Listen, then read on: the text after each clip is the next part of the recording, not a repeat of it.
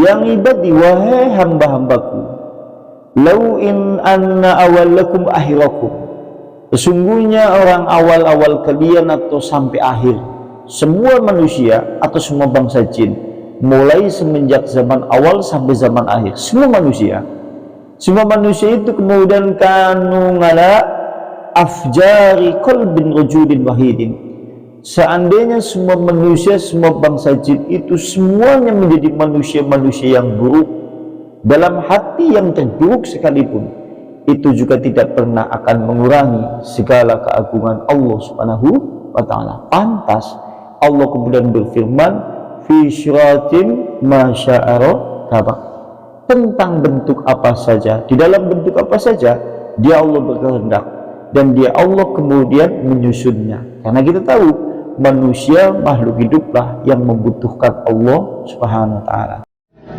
La ilaha illallah Muhammadun Rasulullah alaihi salatullah wa alihi wal ahibbah.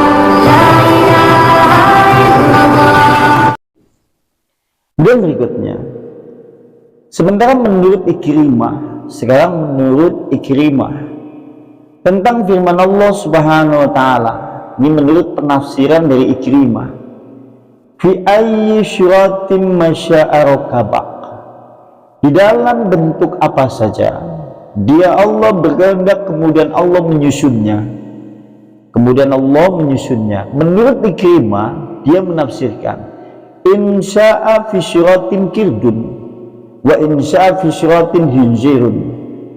Maksudnya adalah jika Allah berkehendak maka bentuknya seperti kera, dan jika Allah berkehendak mungkin bentuknya seperti babi. Ini kalau menurut kemudian yaitu Ikrimah. Kalau menurut Ikrimah demikian. Boleh jadi mungkin kalau memang Allah berkehendak ya bentuknya seperti kera atau kemudian bentuknya seperti babi. Makanya kadang-kadang kan suka ada manusia lahir tapi dia memiliki bulu-bulu yang seperti kera, sampai kemudian bulunya penuh. Sekalipun ini menjadi sesuatu keanehan yang ada di tengah-tengah kehidupan zaman ini, karena memang Allah yang berkehendak menciptakan demikian. Artinya kalau suatu saat kemudian kita lahir dalam keadaan tegap, sempurna, tidak ada kekurangan yang ada pada diri kita semuanya, ini mencukupi agar kemudian kita semuanya merasa bersyukur terhadap penciptaan Allah kepada kita semuanya dalam bentuk sebaik-baiknya.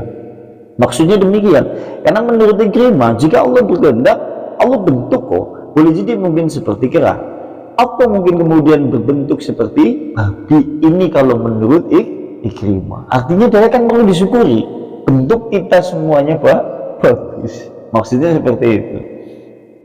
Dan berikutnya, wa qala, seperti itu pula kemudian berkata Abu Sholih juga menafsirkan seperti Ikrimah. Dia menafsirkannya insya'a fi syiratin kalbun wa insya'a fi syiratin himarun wa insya'a fi syiratin hinjirun. Kalau menurut kemudian Abu Sholih hampir sama. Jika Allah berkehendak nanti kemudian dibentuk-bentuknya seperti anjing, atau jika kemudian Allah berkehendak kemudian bentuknya seperti keledai, atau kemudian jika Allah berkehendak maka bentuknya seperti babi. Ini kuasa Allah Subhanahu wa ta'ala. Sekalipun kadang-kadang kita melihat fenomena yang memang terjadi, ada manusia memiliki kelainan yang seperti itu. Sekalipun demikian, kadang-kadang kita mendapati yang seperti itu. Ini menunjukkan bahwa tatkala kemudian kita lahir di dalam kehidupan dunia dalam bentuk sebaik-baiknya sempurna, patut kemudian kita syukuri, karena Allah berkehendak menciptakan kita dalam bentuk yang memang sebaik-baiknya. Ataupun mungkin bentuknya seperti manusia tapi tabiatnya seperti kera, atau mungkin memang tabiatnya, atau mungkin dia bentuknya seperti manusia tapi tabiatnya seperti babi. Sing jenengane tabiat babi kan diantaranya dia suka sesuatu yang kotor, bersih wa gelem. Jenengane babi kan kayak gitu. Dan dia sukanya sesuatu yang kotor. Maksudnya kadang-kadang manusia itu ada yang dimana dia itu lebih cenderung kepada keburukan, kepada kejahatan, kepada kemaksiatan, seakan-akan diumpamakan seperti babi yang dimana dia lebih cenderung kepada sesuatu yang kotor. Bahkan tabiat babi itu menjijikan. Pernah suatu saat ada seorang ulama, Muhammad Abduh, dia pernah bertandang menuju negara Perancis pada saat itu kalau menurut riwayat. Lantas dia itu ditanya oleh orang Perancis, kenapa orang Islam itu mengharamkan babi? Kata orang Perancis itu tanya sama dia, kenapa umat Islam itu tidak mau makan daging babi? Dijawab oleh Muhammad Abduh, karena sungguhnya babi di samping memiliki yaitu cacing-cacing pita yang ada di tubuhnya yang sangat membahayakan tubuh manusia, di samping itu tabiatnya yang diharamkan di dalam Islam pula. Tabiat babi diantaranya adalah dia senantiasa kemudian mencintai atau menyukai sesuatu yang kotor, dan kemudian tabiatnya juga seakan-akan itu sesuatu yang keji. Kalau Anda kemudian melihat babinya kemudian terdapat betina 1, jantannya 7. Suatu saat Muhammad Abduh berkata demikian, kalau suatu saat kita melihat babi, betinanya 1, jantannya kemudian 7. Ketika kemudian ke-7 jantan babi itu ingin menggauli betinanya, maka satu dengan yang lain saling membantu. Enek sampean dengan babi, ana pitung babi jantane siji betina, maka tatkala mereka semuanya berhasrat untuk mengumpuli betinanya, mereka saling bantu-membantu. Artinya kemudian ganti-gantian, satu babi naik kemudian turun, gantian yang lain, seperti itu. Tapi berbeda dengan tabiat ayam.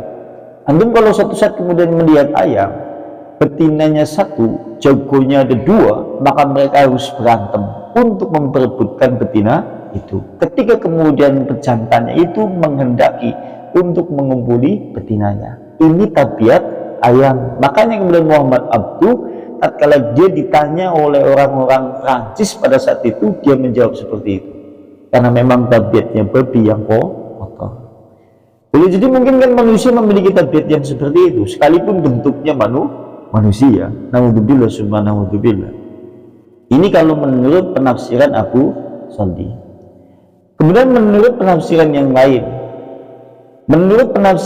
lain, yaitu Faqala Qatadah, sekarang berkata Qatadah, menurut Qatadah, fi ayyi syuratin masya'arokaba, di dalam bentuk apa saja dia Allah berkehendak kemudian dia Allah menyusunnya. Maksudnya adalah qadirun wallahi rabbuna ala dzalika wa ma'na hadzal qawlu min haula'i anna Allah azza wa jalla qadirun ala khalqi nutfatin ala syakalin qabihin minal hayawanati al munkaratil khalqi, walakin bikudratihi wa lutfihi wa hilmihi yahlukuhu mala syakalin hasanin mustaqimin mu'tadilun tamun hasanul mangdari wal hay'ah.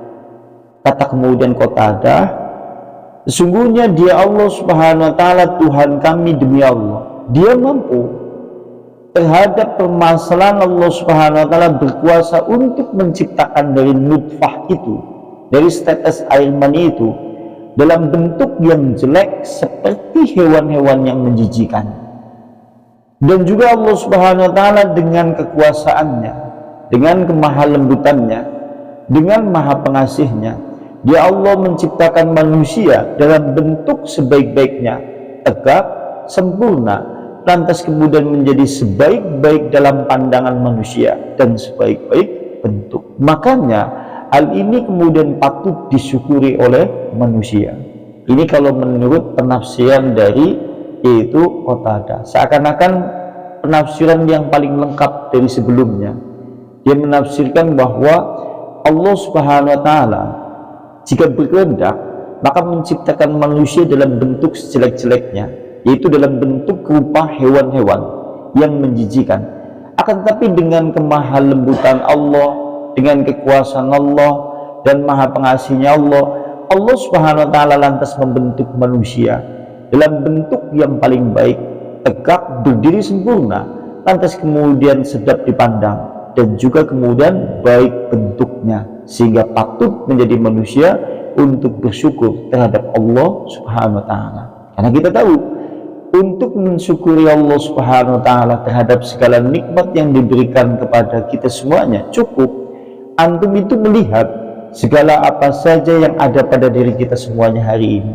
Antum bisa berjalan, bisa duduk, bentuk pandangan seperti ini, bentuk kedua tangan seperti ini, jari-jari seperti itu. Ini mencukupi kok, mencukupi bagi kita semuanya untuk bersyukur kepada Allah terhadap segala apa saja yang Allah ciptakan dalam bentuk sebaik-baiknya. Sehingga kalau di dalam hadis Muslim, ini di dalam hadis Muslim, kalau disebutkan di dalam hadis Muslim, hadisnya ini hadis qudsi.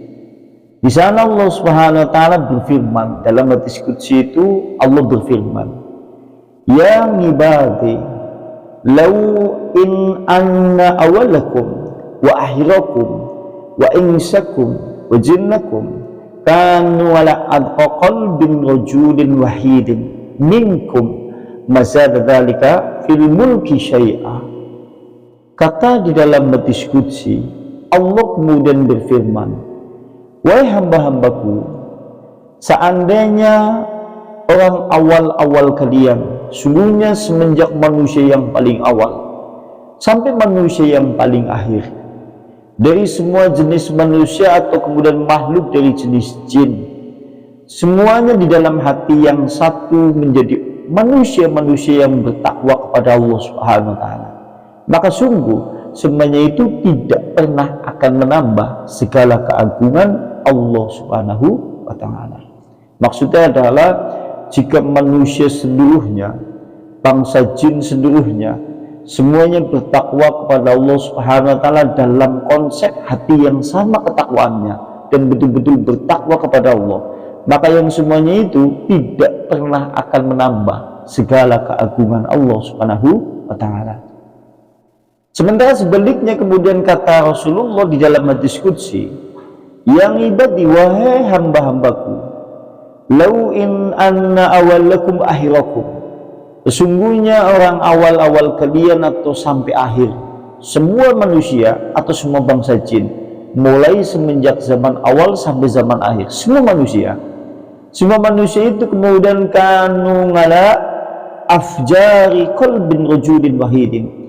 Seandainya semua manusia, semua bangsa jin itu semuanya menjadi manusia-manusia yang buruk, dalam hati yang terburuk sekalipun, itu juga tidak pernah akan mengurangi segala keagungan Allah Subhanahu wa taala. Pantas Allah kemudian berfirman, "Fi syiratin masya'ara kabak." Tentang bentuk apa saja, di dalam bentuk apa saja, dia Allah berkehendak dan dia Allah kemudian menyusunnya. Karena kita tahu manusia makhluk hiduplah yang membutuhkan Allah Subhanahu wa taala.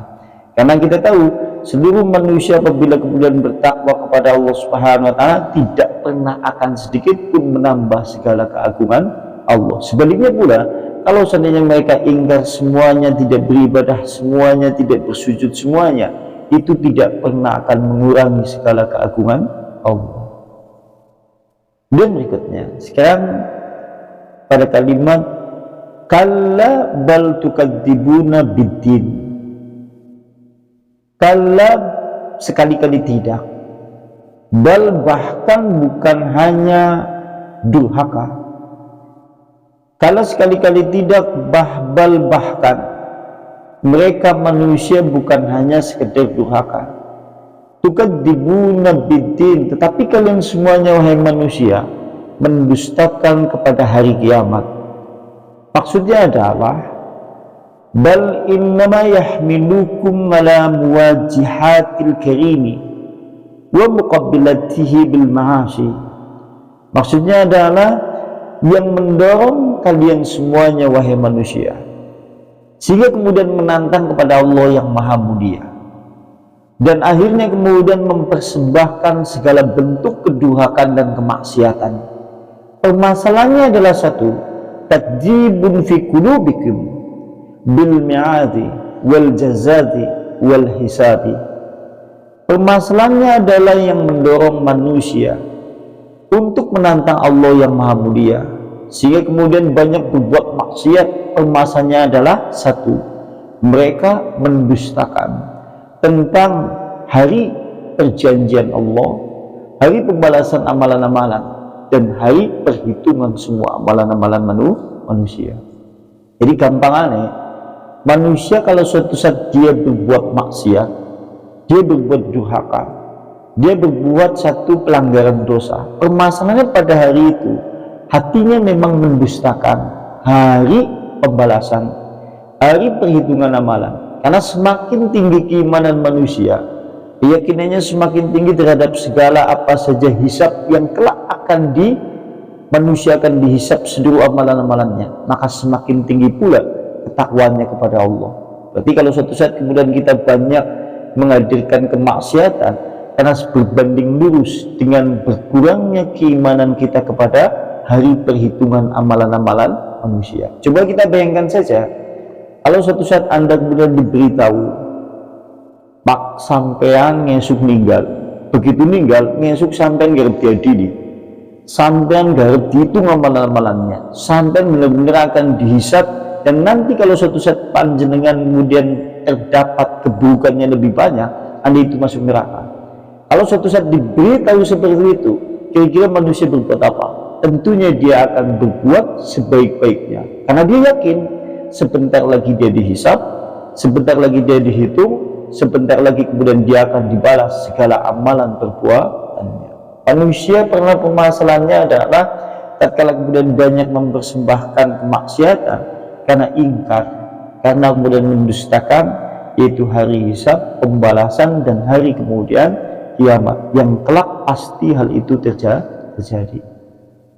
Makanya kemudian Allah berfirman, kalla bal tukadzibuna biddin. Wa qauluhu ta'ala, sementara firman Allah Subhanahu wa taala, wa inna 'alaikum lahafidhin kiraman katibin ya'lamuna ma taf'alun. Dan sesungguhnya atas kalian semuanya itu terdapat malaikat-malaikat penjaga, malaikat-malaikat mulia yang mencatat amalan-amalan manusia. Mereka malaikat-malaikat itu mengetahui terhadap apa saja yang kalian kerjakan. Maksudnya sesungguhnya adalah wa inna 'alaikum la malaikata hafadatan kiraman falatuqabiluhum bil qabaih fa innahum yaktubuna 'alaikum jami'a amalikum. Karena sungguhnya malaikat-malaikat itu, ada malaikat-malaikat yang mulia yang senantiasa mencatat, sebagaimana keyakinan kita manusia semuanya meyakini hampir-hampir, di mana kemudian terdapat malaikat-malaikat yang menjaga manusia itu sendiri sekaligus malaikat-malaikat pencatat amalan-amalan manusia. Dan malaikat-malaikat itu senantiasa kemudian mencatat semua bentuk amalan-amalan manusia, sekecil apapun, sebesar apapun dicatat semuanya. Tetapi kemudian fala tuqabbiluhum, kalau seandainya seperti itu, jangan sekali-kali kemudian engkau menghadirkan keburukan-keburukan. Nek dewek semakin yakin ana malaikat sing mencatat, tentunya di dalam hati kita semuanya tidak ingin menghadirkan perbuatan-perbuatan yang jelek. Karena keyakinan kita terhadap malaikat-malaikat yang mencatat itu tipis, atau kemudian berkurangnya keimanan terhadap permasalahan itu, memungkinkan dia akan menyengaja atau kemudian dengan sengaja berbuat segala perbuatan keburukan. Karena apa? Dia seakan-akan tidak menyadari kalau ada malaikat-malaikat yang senantiasa mencatat. Lantas berikutnya, fa innahum, karena sungguhnya mereka itu, malaikat-malaikat itu, yaktubuna, akan mencatat semuanya amalan-amalan kita semuanya. Karena malaikat-malaikat itu ditugasi oleh Allah, tentunya akan mencatat semua bentuk perbuatan apa saja yang manusia kemudian lakukan, sekecil apapun itu, sebesar apapun itu, pasti malaikat-malaikat itu akan mencatatnya. Naudzubillah summa naudzubillah. Karena berbanding lurus dengan segala keyakinan manusia terhadap Allah Subhanahu wa taala, sehingga berbanding pula lurus terhadap amalan-amalannya. Semakin tinggi keimanannya kepada Allah, keimanannya kepada malaikat yang bertugas untuk mencatat amalan-amalan manusia. Tentunya manusia ingin menghadirkan segala sesuatu yang terbaik. Pada baik kayak sampean kerja di delengna nang juragane, tentunya akan berbuat sebaik-baiknya. Tapi ketika Anda kemudian tidak ada juragan yang memungkinkan, boleh jadi mungkin dia tidak berbuat sebaik-baiknya. Sama keyakinan manusia terhadap malaikat yang senantiasa mengawasi sekaligus mencatat, tentunya akan menjadi pendidikan dalam jiwa bagaimana kemudian dia menghadirkan segala sesuatu yang terbaik untuk Allah Subhanahu wa taala. Sebagaimana disebutkan dalam hadis, sekarang di dalam hadis Nabi. Hadisnya riwayat dari Ibnu Abi Hatim. Hadatsana telah menyebutkan kepada kami abi bapakku. Hadatsana telah menyebutkan kepada kami Ali bin Muhammad Ad-Dunakis. Hadatsana telah menyebutkan kepada kami Waqi'. Hadatsana telah menyebutkan kepada kami Sufyan wa Misngar dan Misngar an Alqamah bin Marsad, dari Alqamah bin Marsad an Mujahid, dari Mujahid. Qala berkata Rasulullah sallallahu alaihi wasallam, Rasulullah bersabda, akrimu kirama katibina alladina la yufarikunakum illa inda ikhda halataini al-jinabati wal ghaid fa idha igtasala ahadukum fal yastatir biharami haidin au bibangirihi au liyasturhu ahuhu. Kata Rasulullah SAW, akrimu maka muliakanlah oleh kalian semuanya. Itu malaikat-malaikat mulia yang senantiasa mencatat amalan-amalan manusia sekaligus menjaga. Itu malaikat-malaikat yang tidak pernah akan berpisah dari kalian, senantiasa menyertai, kecuali di dalam satu dua keadaan. Di malaikat-malaikat itu senantiasa menyertai manusia kecuali di dalam salah satu di antara dua keadaan. Dua keadaan itu adalah jinabah, tatkala jinabah, wal ghaid, dan tatkala kemudian buang air besar. Malaikat itu senantiasa menyertai manusia kecuali dua keadaan. Manusia akan kemudian ditinggal oleh malaikat, itu dalam keadaan dia jinabah ataupun dalam keadaan ghaid. Di sini menunjukkan faida iktasala, maka sebaiknya bagi siapa saja yang mandi. Fa maka ida apabila iktasala dia mandi ahadukum salah satu di antara kalian, maka hendaklah dia menutupi dengan penghalang tembok, atau kemudian dia menutupi dengan hewan tunggangannya atau ontanya, atau kemudian saudaranya menutupinya. Jangan kemudian sampai terlihat auratnya. Oleh karena itulah sahabat Utsman bin Affan, ini Utsman bin Affan, sahabat Rasulullah yang memiliki sifat pemalu. Di antara sahabat-sahabat yang lain yang paling pemalu adalah Utsman bin Affan. Utsman bin Affan karena meyakini bahwasanya malaikat-malaikat Allah senantiasa mengawasinya, senantiasa melihat apa yang ia lakukan, sehingga beliau tidak pernah mandi kecuali mandinya itu tertutup dengan kainnya. Jadi kira pernah telanjang bulat kalau mandi. Kenapa? Ketika ditanya oleh sahabat yang lain, dia malu. Bukankah ada malaikat-malaikat penjaga, malaikat-malaikat yang mencatat amalan manusia? Kalau suatu saat kemudian aku telanjang, aku malu sekiranya kemudian aku tampak auratnya. Ini Utsman bin Affan sampai keyakinannya seperti itu. Orang berkeyakinan seperti itu, bagaimana tatkala kemudian dia beramal atau berbuat? Tentunya dia semakin yakin akan menjaga amalan-amalannya, dipersembahkan yang terbaik untuk Allah Subhanahu wa taala. Karena memang di dalam hadis Nabi disebutkan demikian. Kemudian berikutnya, summa qala. Kemudian berikutnya adalah riwayat dari yang lain. Ini riwayat yang lain. Waqad rawahu al-Hafidz Abu Bakar al-Bazzar. Dan dia kemudian menyampaikan dengan lafaz yang lain. Telah menyebutkan kepada kami Muhammad bin Utsman bin Karamah, telah menyebutkan kepada kami Ubaidullah bin Musa, dari Hafiz bin Sulaiman, dari Alqamah bin Marsad, dari Mujahid, dari Ibnu Abbas, dari Ibnu Abbas. Qala berkata, yaitu Ibnu Abbas, qala berkata Rasulullah sallallahu alaihi wasallam, Rasulullah bersabda, innallaha yanhakum nganit hari. Sesungguhnya Allah Subhanahu wa taala melarang kalian untuk telanjang bulat, sekalipun hadisnya ini dipandang lemah. Tapi ada hadis yang berbunyi, sesungguhnya Allah melarang kalian semuanya itu untuk telanjang bulat, kalimatnya seperti itu. Kemudian fastahyu, hendaklah kalian semuanya itu malu, minal malaikatillahi, yaitu kepada malaikat-malaikat Allah yang senantiasa menyertai kalian. Oleh karena alasan inilah sahabat Utsman bin Affan dia tidak pernah telanjang bulat sekalipun dengan mandi. Adus pun dia tidak pernah adus dengan posisi telanjang bulat, karena dia meyakini betul. Kemudian berikutnya al-kirami katibin, yaitu malaikat-malaikat yang mulia yang senantiasa mencatat amalan-amalan manusia. Malaikat-malaikat itu alladzina la yufarriqunakum, itu malaikat-malaikat yang tidak pernah akan terpisah dari kalian kecuali di dalam satu dari tiga keadaan, kecuali satu di antara tiga keadaan, al-ghaid wal jinnaba wal husli, yaitu dalam keadaan ghaid, yaitu buang air besar, wal jinnaba, yaitu dalam keadaan jinabat, wal husli, dan dalam keadaan mandi. Ini kalau menurut hadis yang lain.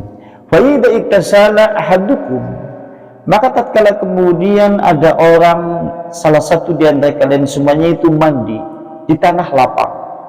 Kalau suatu saat kemudian ada orang yang mandi di tanah lapang atau di tempat terbuka, falyastatir bisyaubi, hendaklah dia menutup dengan kainnya.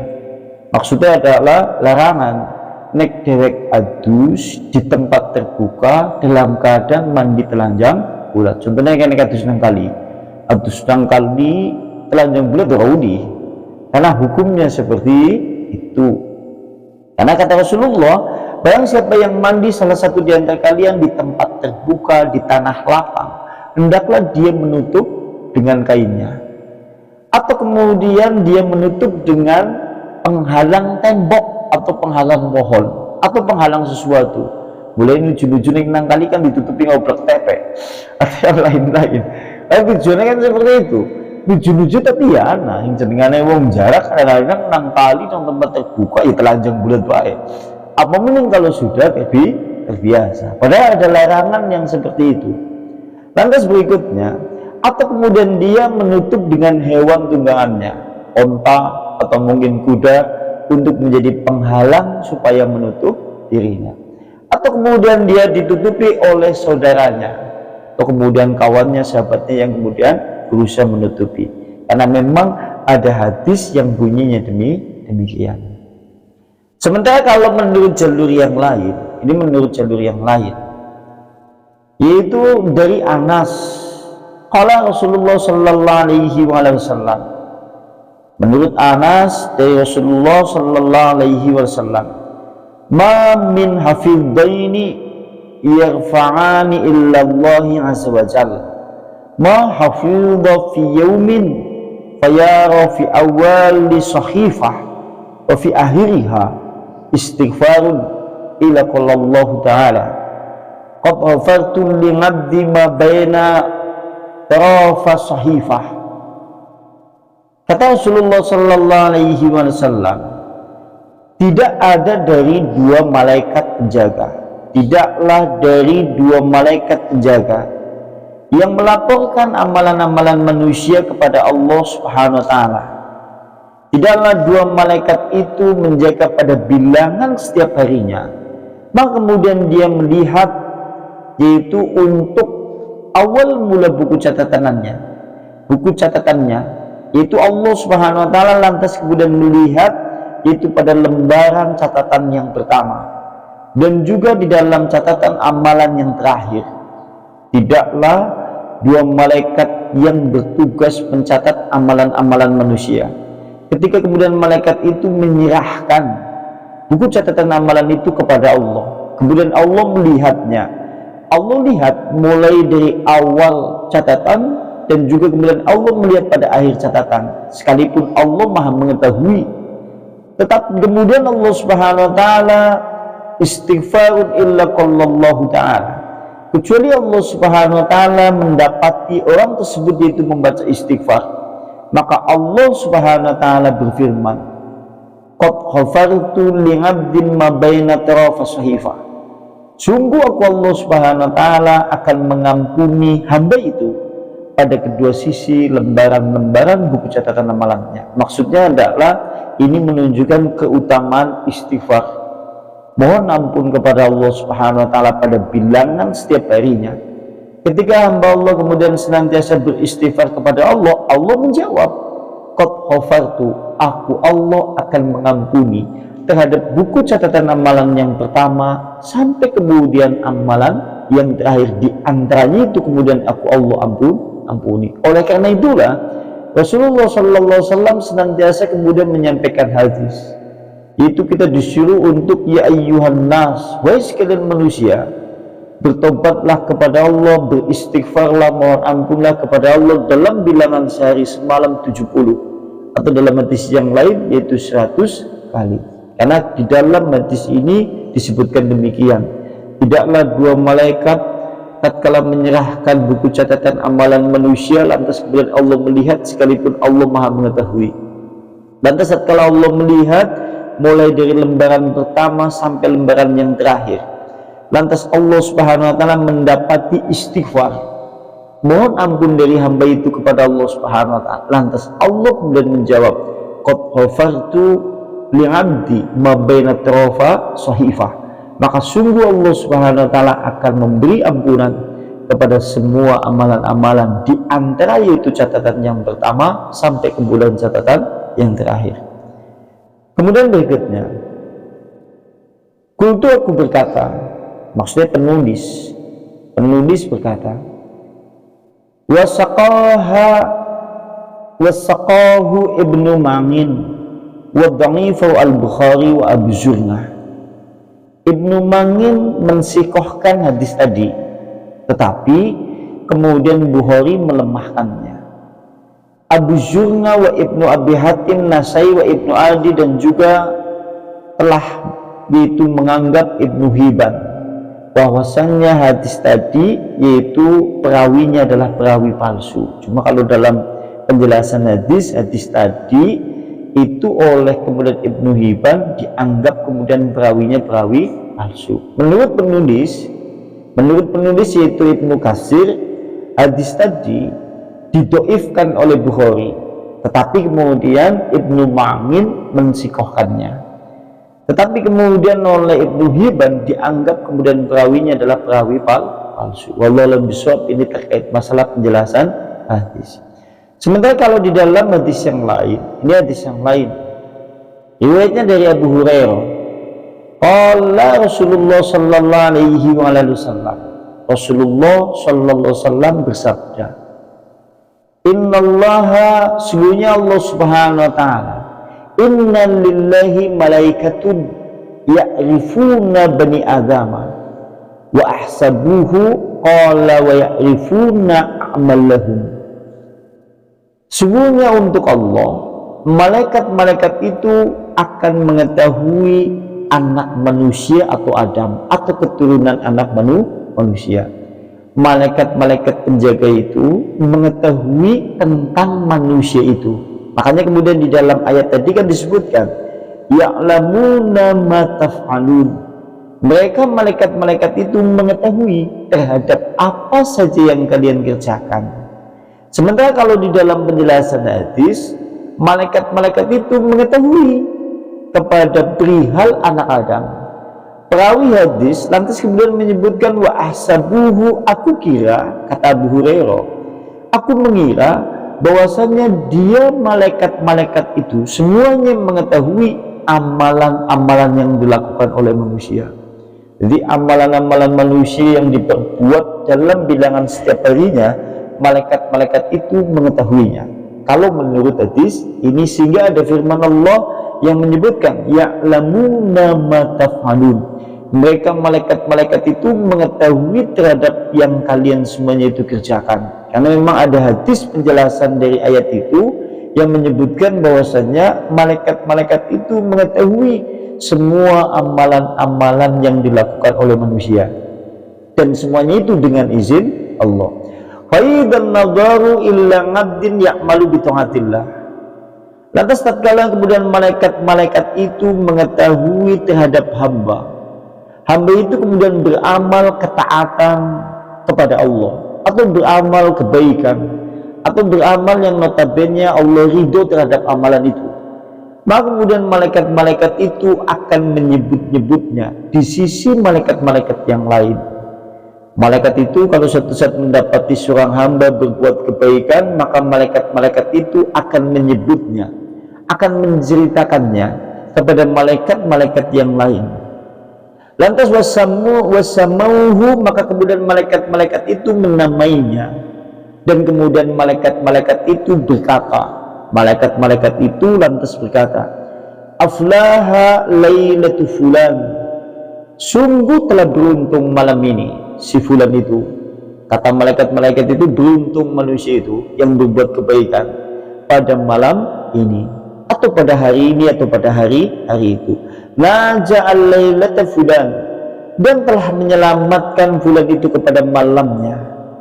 Maka tatkala kemudian malaikat-malaikat itu melihat dan menyaksikan perbuatan kebaikan manusia, mereka menyebutnya, sambil mereka di antara satu dengan yang lain menyebutkan, manusia itu beruntung dengan malamnya itu, manusia itu selamat dengan malamnya itu, karena banyak menghadirkan amal soleh. Tapi sementara faidan nadaru illa ngabdin ya'malu bimaksiatillah, tapi apabila mereka melihat kepada hamba itu beramal maksiat, kedurhakaan atau dosa-dosa kepada Allah, lantas malaikat itu kemudian tatkala melihatnya, mengetahuinya, kemudian mereka menyebut-nyebutnya di antara mereka. Mereka kemudian menceritakan dan menyebutkannya kepada malaikat-malaikat di antara mereka. Lantas kemudian mereka menamainya. Lantas kemudian mereka malaikat-malaikat itu kemudian berkata, halakal lailata fulan, celaka fulan itu malamnya, atau celaka kemudian untuk harinya yang diwarnai dengan kemaksiatan, celaka untuk hari-harinya yang dilalui dengan banyak segala perbuatan kedurhakaan dan dosa. Ini jika kemudian malaikat melihat perbuatan manusia yang dimana notabene itu adalah keburukan. Oleh karena itulah Allah berfirman, ya'lamuna ma taf'alun, mereka malaikat-malaikat itu mengetahui terhadap apa saja yang kalian semuanya itu kerjakan. Jika ada hadis yang menjelaskan demikian. Tujuannya pembicaraan terkait masalah ini supaya kita bertambah beriman kepada Allah. Di samping Allah maha melihat, Allah maha menyaksikan, Allah maha mengetahui terhadap segala apa saja yang kemudian manusia berbuat. Sekalipun Allah maha melihat, tapi di samping itu Allah subhanahu wa ta'ala mengirim malaikat-malaikatnya, malaikat-malaikat penjaganya, yang senantiasa kemudian mencatat semua amalan-amalan manusia. Dan kemudian malaikat-malaikat itu mengetahui pula segala perbuatan yang dilakukan oleh manusia. Tujuannya apa? Tujuannya agar manusia lebih berhati-hati untuk menambah keimanan kepada Allah subhanahu wa ta'ala dan bertakwa. Sebagaimana rukun iman, setelah rukun iman kepada Allah, tentunya kita rukun iman kepada malaikat-malaikat Allah subhanahu wa ta'ala. Di antaranya itu. Mungkin ada yang mau ditanyakan, tafadhol silakan. Berarti besok firman Allah Al-Infitar ayatnya 13 sampai 19. Ini sampai ngantuk-ngantuk kok ya. Ya ampun, nggak yakin. Diceritaan ya. Iya. Ceritaan ya.